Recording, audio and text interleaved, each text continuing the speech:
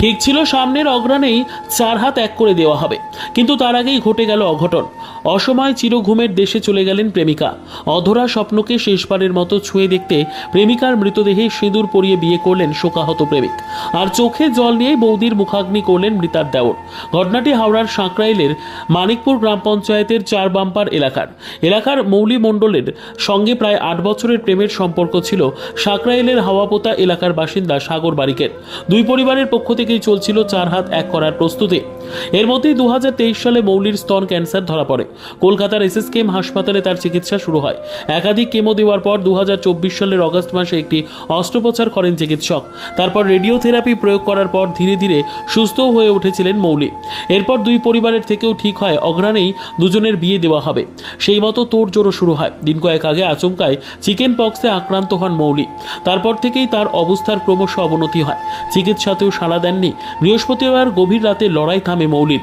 খবর পেয়ে রাতেই প্রেমিকার বাড়িতে ছুটে যান সাগর। শোকে স্থবির হয়ে গেলেও মুহূর্তের সিদ্ধান্তে প্রেমিকাকে বেনারসি শাড়ি পরিয়ে গোলাপের মালা বদল করে বিয়ে করেন সাগর। সিঁথিতে সিঁদুর পরিয়ে দেন। তারপর নিয়ম মতো শুক্রবার সকালে নিজের বাড়িতে নিয়ে আসেন। সেখানে বধূবরণের যাবতীয় আচার পালন করেন সাগর ও তার পরিবারের সদস্যরা। তেল, হলুদ, কোণে কাচুলি, চাল, আলু দিয়ে বধূবরণের যাবতীয় রীতি মেনে সাগর মৌলিকে ঘরে তোলেন। এরপর মৌলির শেষকৃত্য সম্পন্ন হয়। ওর ইচ্ছা ছিল আমার হাতে গোলাপের মালা পরে সিঁদুর পরবে।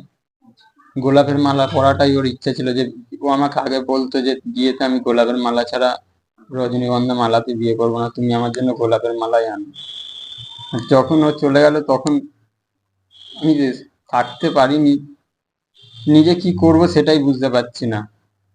তখন আমার ইচ্ছা ছিল যে ওকে একবার শুধু যে হিসাবে চেয়েছিল সেই হিসাবে ওকে দেখার। ও তো নিজে দেখতে পেলো না ওর ইচ্ছাটা। যেরকম চেয়েছিল সেরকম ভাবেই আমি চেষ্টা করেছি ওর আত্মার শান্তি রাখার জন্য। না, ও যখন প্রথম ধরা পড়েছিল তখন থেকে আমি ওর সাথে ছিলাম।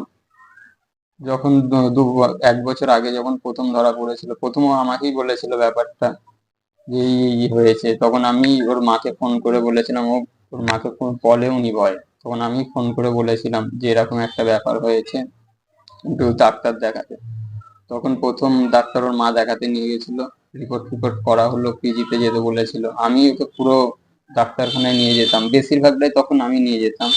তারপরে ওর মা যেত, আমার মা যেত। সুস্থও হয়ে গেছিল।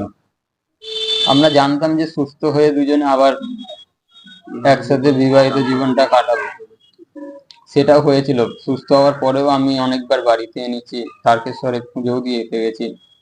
একবার ও সুস্থ হওয়ার পরে একবারই তারকেশ্বরে গিয়েছিলাম, একবার কালীঘাটে যাবার কথাও বলছিল, যাওয়া হয়নি। কিন্তু তারপরে 3 মাস আগে তার শরীর খারাপ হলো, সেই থেকে যে বিছানায় পড়ে গেছে আর বুঝতে পারিনি।